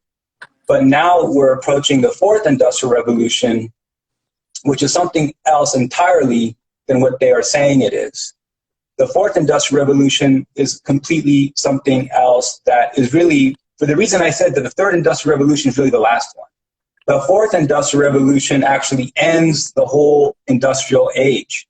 It ends the whole, it's like the fourth turning. It's the Great Awakening. It's actually all of the ideologies that you might identify with. Some of you might be on the left, some of you might be on the right, some of you might reject politics, but you're going to be pulled into political struggle, let me tell you. But whatever the case may be, all of like the belief systems of the 19th and 20th centuries, capitalism, liberalism, libertarianism, fascism, socialism, Marxism, communism, monarchism, all of those are going away. Okay, all of those are going away because the actual thing that's coming is the fourth industrial revolution, which is not the one that Klaus Schwab and the World Economic Forum, who are part of this occult group, are saying it is. What has happened is that, as we have said, even though their own power is through this human sacrifice cult, where they can manifest entities, manifest demons, in fact, they use money to bribe people who aren't part of the cult. And there are people who are kind of like been to the parties maybe, where they've killed somebody at a party and it was the craziest thing you ever seen. And you had to pay $100,000 to get into the party, but really you were there to network. That's why you paid so much. It was a networking opportunity. But those people aren't part of it. They're just like into the money and into the lifestyle. But what's happening is that there's something called 3D printing, which is also not the thing. I know it's so confusing. Maybe you can help me try to explain what I'm trying to say here. So basically what he's trying to do is lead us into understanding how the world's going to change, why everything is happening as it's happening, and that basically the way that this new world's going to be created. It's like I did my interview today with Robert David Still and Otto, and it's like, Robert David Still is not a spiritual, teacher, but he basically described how we're going to have heaven on earth, and it's going to be through like his through this sourcing, special sourcing, where everything is open. You guys, open sourcing technology. Well, what's being broken down now in this conversation is some of the elements that will make our world different. And so what we're doing now is we're moving into the description of how things are going to change. And like 3D printers will change everything. So a lot of people don't understand that with industry, finance, money, these businesses, a lot of the products that we buy are designed to fail. They're not designed for longevity. And that's been the case for a long time. These computers, the Mac computers, all these different things, your toaster, anything, nothing is being built so that it actually could, because if they were being built to last, some of these things would last 50 years without an even problem. So basically, we're moving into a different era where things will be built to last, and you will actually be printing things yourself with 3D printers. So we won't need everything. There's so much change, and so it's really great for us to start manifesting in the change that's going to happen, because we won't be consuming the way we consume, and we buy cheap and it's coming from China, and we're going to the supermarkets, all this stuff. Things are going to shift, as well as the technology changes, you know, for growing food hydroponically, all that sort of stuff. Everything's going to start changing. You know, everyone will have a hydroponic thing in their kitchen that will be growing their tomatoes and things like that. Like the world, we're going to check, the whole world's going to shift. So that's what he's basically explaining is that, that's the real fourth industrial revolution. Yes. That's the real fourth industrial revolution. And it's almost similar to the fact that we're going to have this change in finance too, that Dr. Charlie Ward talks about a lot. So basically there's the financial one. And by the way, like, yeah, you have literally talked for 1 hour and 40 minutes without a breath. So sip your tea and have a breathe. Okay. Yeah. I'm just going to grab a lighter. Yeah. And so basically, you know, what's happening is that we are moving into this shift, but anything good that was being tried to be brought in by the good people, the negative side that you've heard a lot about today, they have tried to subvert that and create their own version. And so that's why when people start hearing, oh, there's going to be this like economic restructure, there's two versions. The two versions are the version that's actually for the people and the one that's against the people. And so there's an industrial revolution for the people and one that's against the people. And so understand there's like this splitting effect that's going to happen. And with this splitting effect, basically what you guys are doing by here and participating in this is you are siding on the side of the for the people, and you are the teachers. You are the teachers of this next stuff. So when this stuff happens, you guys are going to help to teach everybody about what's going on. So that's basically what it is. That's how I would explain it all. The definition of economy, we've been lied to, but the truth of economy is in the word. So economy means things get cheaper. So isn't it interesting that in our lives, they keep telling us the economy's growing, but yet things get more expensive. Things are supposed to be getting cheaper. That's the definition of economic growth, is things getting cheaper. Mm-hmm. So I do have a couple of questions being put in. So if I mention 3 subjects, if there's one where you're like, oh, I have some really solid info on that, let's go with that one. You don't have to address all of them equally. So we have med beds, we have our friend Maxine, and December 21st. Okay. Those were keywords? What? So we got med beds, which, you know, obviously the medical beds that are going to come through, that's going to change, you know, healing, physical healing on the planet. If you have any extra info on med beds, more than what I already talk about. No, I don't. And then our friend Maxine. Oh, yes, I have information on Maxine. Particularly people are asking about Maxine that lives in England. Just what's going on with Maxine in England. Okay, yes. Well, this is actually a perfect segue and dovetail with the fourth industrial revolution and the Great Reset, because it's really all the same thing. Their version of it. Okay, so it's almost, you see, what I've tried to explain in my work for the Russian Foreign Ministry, and in my analysis I've conducted, public analysis that anyone can find under the guidance of the Russian Foreign Intelligence Service, is that what's happening in the Russian Federation is they're not doing another lockdown. and they developed their Aunt Maxine is based on 1950s, 1960s technology without mercury and things like this added, which are only a generic version. It's not the novel one. It's a generic version of the cold that only lasts a few months. But what they're hoping is that Russian citizens will be able to get on airplanes and be able to travel if they can use that as their passport. But they're not doing another lockdown. And what they did as an experiment, there's another country that's not really an independent country called Belarus. And they have a president who's not really their president named Lukashenko. And what he did is he didn't do any masks, any lockdowns, anything. It's kind of like what Sweden was doing at the beginning, sort of. And he didn't do any of that. And so as a response, so he was offered by the IMF $1 billion to do it. And he turned it down. And because the IMF is the financial institution of which the World Economic Forum is the think tank. So he turned it down because actually he's controlled from the Kremlin. And the Kremlin wanted to do Russia to do the first part of my the... agent said don't say the country any, like there's a certain amount of time. Yeah, okay, I know, okay.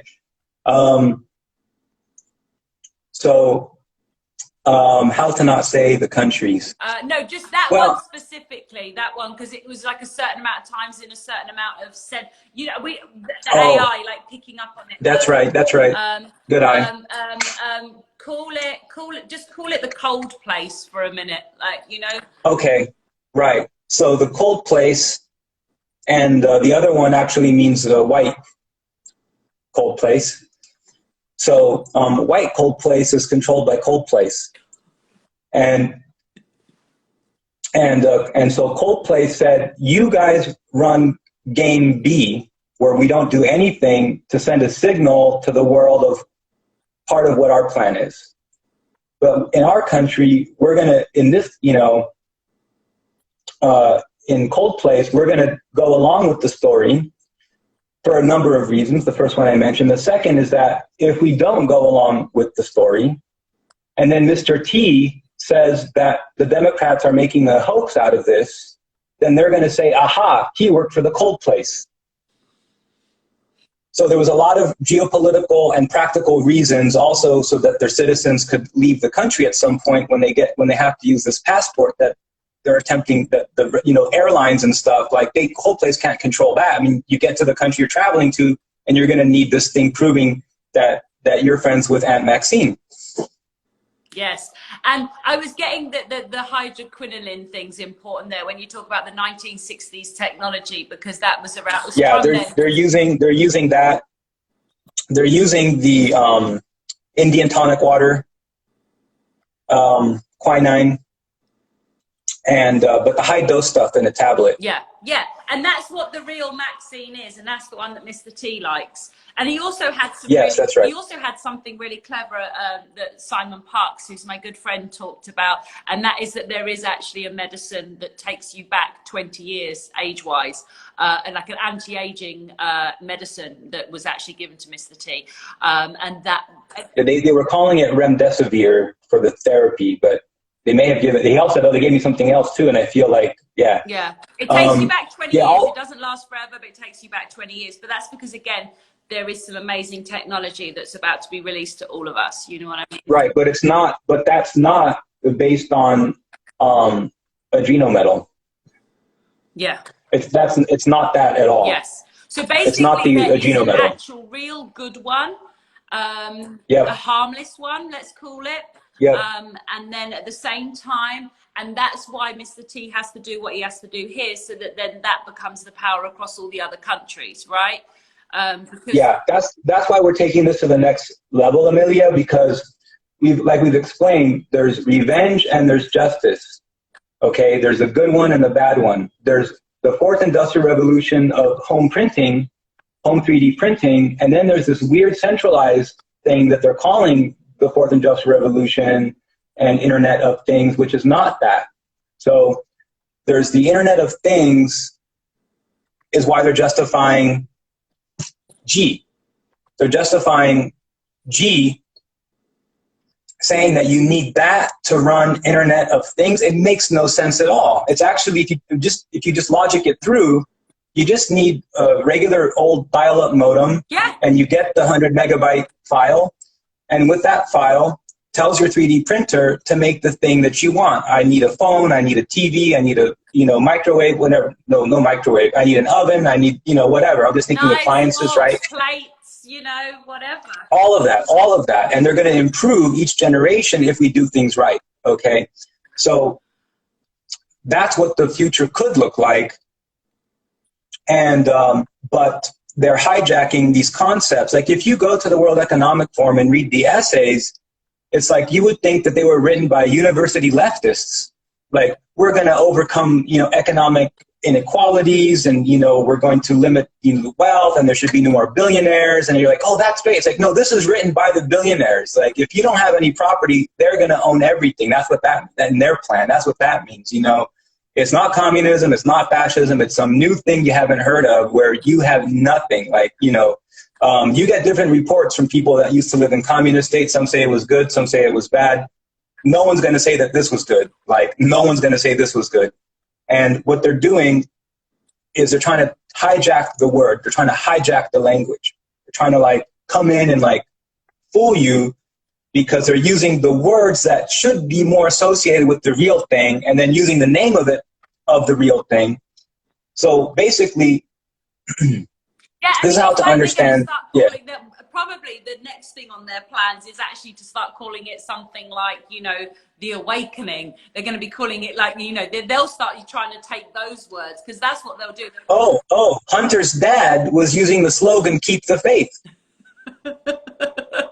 Because that's the thing, they love to take what the other side are doing and accuse the other side of things that they do. That's all their tricks. There's all these different That's all they do.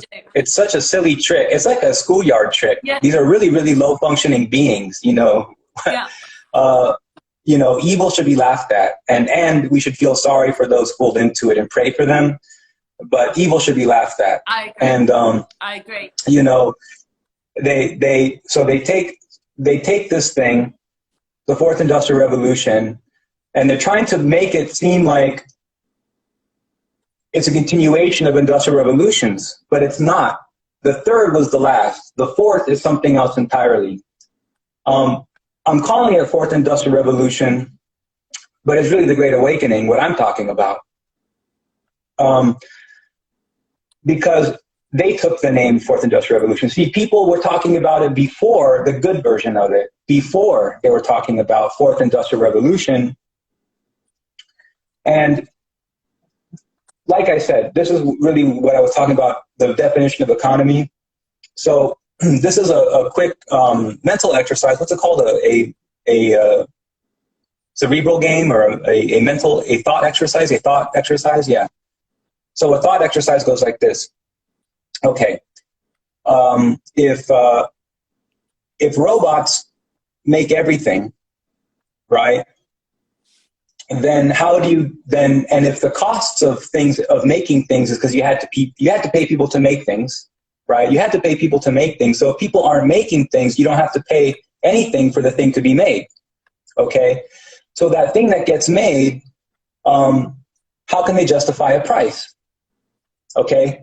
So then, if no one has a job because no one's making anything, then no one has money to buy those things anyway. So that's called the 0 point, right? So the 0 point is where we're approaching very quickly, and they've known about this since the end of the 19th century. Yes. Actually, Karl Marx was writing about this, and even though many people have done stupid things using the name Marx, just like many people have done stupid things using the name Christianity, many people have done stupid things using the name Islam. These are all great and wonderful ideas that are here for us to use. We can use these ideas. Marx actually figured out 150 years ago that eventually everything would be free. It would be a gift economy. And he had different theories about how to go about it. Some of them didn't wind up so well. Kind of like this, However, kind of like the Zeitgeist Addendum, the documentary. it's actually the same. Actually, Zeitgeist is entirely within the rubric of Marxist economic theory. Actually, yeah. The Zeitgeist Addendum, and then what's the other one called? Venus Project or something. Venus Project. Yeah. And it's beautiful because I'm seeing it literally materialize, as in hearing how Robert David Still was describing the open sourcing, then with what you're talking about. This is what's so important, is for everyone's minds to, and also do watch the Zeitgeist Addendum, guys, if you haven't seen it, so you can start seeing how we are going to find our way out of this. But they are trying to hijack the timeline. They're trying to hijack it. But they're not going to succeed. They're not going to succeed. Good will win. Mr. T will win. And so just because obviously like me and you are doing like a bit of a marathon here, but in the next sort of 5 minutes or so we'll wrap up, and we can do this often, you know, we can do this a lot, because I know everyone's gonna go insane over this. This has been like the best live ever, and in fact some of my other guests I think are gonna really love this too. I have to introduce you to Paul Boyes. You two will really get on well. He's ex-military. Fantastic. He's another sort of, you know, alpha spiritual man, you know what I mean? So yeah, that would be great. But yeah, so it's just like letting people know now, in the now, what can they do, and understanding that basically this is all coming into fruition now. You guys have front row seats, and actually those that witness this live and those that get to see the replay, but those that are here now that I'm talking to directly, like, you guys are part of history, because we are literally manifesting this future. This is us manifesting it. By talking about it, we are manifesting it. Yes, we have to use intuition. So, you know, we say something, we put our hands on our stomach, we say something, and we have to get in tune with our gut instinct. And like you say, like, the sky is blue. Like, if it's sunny outside, the sky is blue. Say the sky is blue, you put your hands on your stomach, and you'll have a certain feeling. Then you do the same thing, say the sky is red, and you'll get a different feeling in your stomach. Okay, so from that, we learn intuition, and then we also have to learn how to judge a tree by the fruits that it bears. Not by the, you know, not by the things that it says about itself, but we judge it by the fruits that it bears. So the intent. The other thing is, yeah, we have to, that's right. And we have to, you know, because we've only seen power being used in such a bad way in most of our lives, you know, because we've only seen, say hello, Nilufar, because we've only seen bad things, and, you know, we've only seen power used in a bad way in our lifetimes. We've only seen bad leaders. We have a lot of anarchist tendencies to be completely anti-politics, and that's completely understandable and justified. However, we have to know, to be able to identify how to, you know, get behind the lies and be able to judge the tree by the fruits that it bears.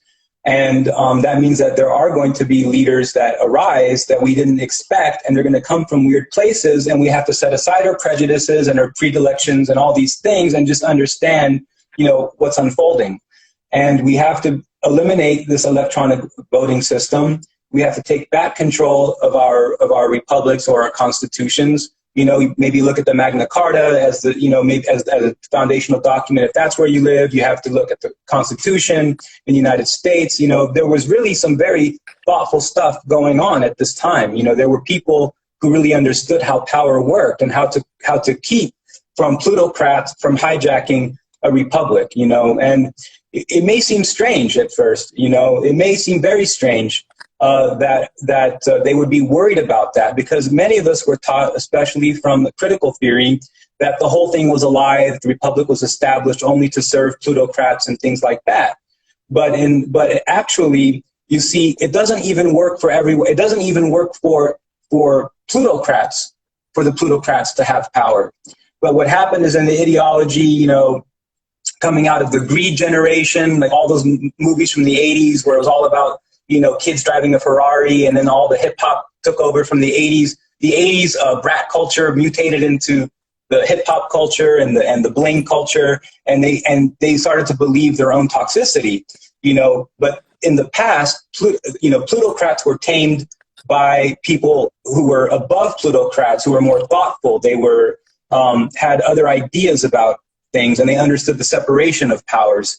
And they understood that if the plutocrats got what they wanted, that it would even destroy the world of plutocrats. These plutocrats don't understand that because they've, imbibed some bad medicine along the way. Absolutely. So, I want to say something just while you continue talking though, because I want you to, there's something really fun that I do on my page. And that is that, like, for all of the time and the energy and the love that you've shown today, I want everyone to put blue hearts for him. And if you're a man, you can put a gold crown. Just because I have a lot of very alpha males in here, they're not going to do blue hearts. But yes, I just want everyone to start sending the blue hearts, because this is while you're talking, because this is a way of like you refilling, like what you've just given out. Now it starts to just come back and it's refilled because you've just put out a lot. But you can carry on talking. I just want you to just receive this. Oh no, I see it. No, it's beautiful. We have. So we are at the final moment, right now, but we're going to win. We're going to win this, and I want to just conclude by thanking all of you and just saying, hey, have gratitude in your heart and just remember to love everyone that you encounter and everyone that you see. The way that to talk to people who are clearly hurt and they're backing the wrong side here is to understand it comes from disappointment and from pain and from cycles of violence, and that, we're here to help you, to be that bridge across the bridge, to the light. And, I love all of you and thank you for being here with me. Absolutely. No, I mean, again, I just want you to see they're like an army. So you're going to get a lot of love from them. But no, exactly. There was some other questions. So I'm just, you keep getting your blue hearts a minute. I will just grab, there was something, someone was saying, how do you tell with the leaders? That's why he's saying you have to judge them by the trees, by the fruit. So it's again, look at the intentions, look at the hearts. Yeah, your gut feeling. Yeah. What else have we got in here? I'm just seeing what else is in here. Aliens will cover another day. We've done a lot today, guys. I think that's why right now it's all about, I just want everyone to just give a lot of this love because he deserves it, because he and we can, this is just the very first time. This is the first time me and him got on here. Our good friend Jody put us together. Well, what was interesting, here's the interesting thing. Jody told me about you, and obviously you know what it's like for us. We're like, so much is coming at us that I didn't act upon it immediately, and then I reposted. I watched somebody sent me the story, and it could have been Jody, and I watched it and it was like, this guy's fucking great. Reposted it and then was like, hey, let's do a live together. And then Jody was like, so the guy you're doing the live with, that's the guy I'm trying to get you with. I'm like, okay, well, it all works. Oh, is that the one I was driving? Yes. I was like driving or something. Okay. Yeah. I broke down.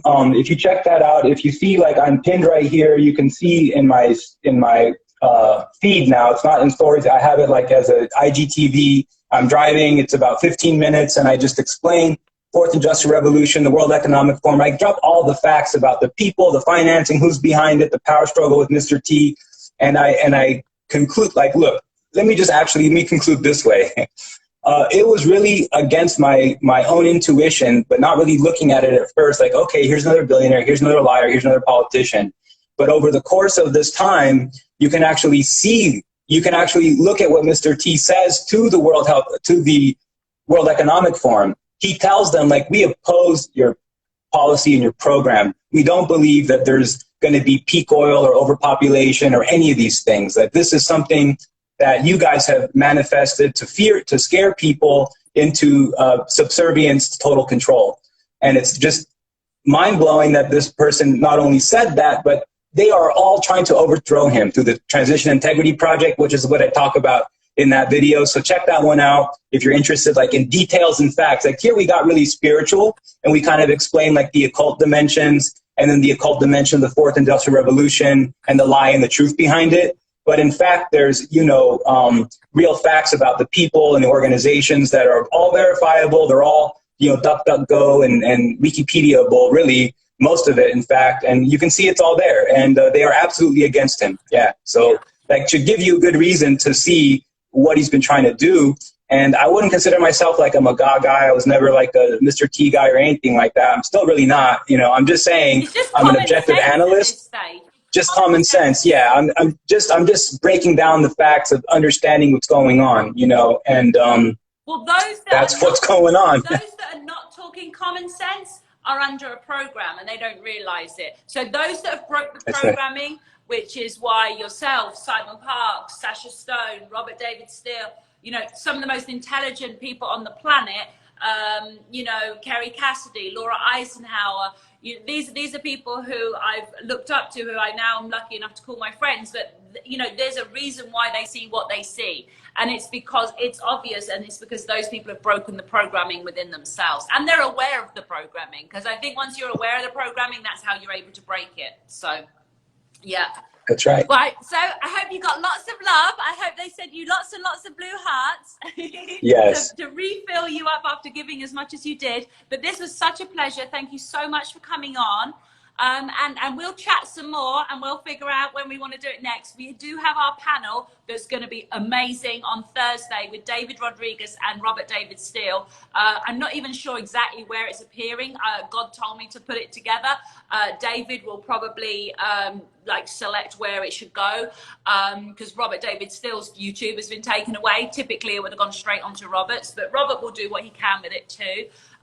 So yeah, this is a way for us to all support Robert, because he has done so much for everybody. And so I really want to make sure that I want everyone to make sure that they follow his Instagram and even subscribe to his page. And for everyone watching, obviously, I don't even have to tell them to go follow you. I think they've all followed you already, but there we go. But I'm going to put in the description so that they can do that. And if there's any other links you want to give me, I'll put them in the description as well. So. Okay, great. Perfect. All right, guys. Well, I love you lot. All right. I love everybody watching. Mwah, mwah, mwah, mwah, mwah. And I'll speak with you soon, sir. Take care now. Bye-bye. Bye.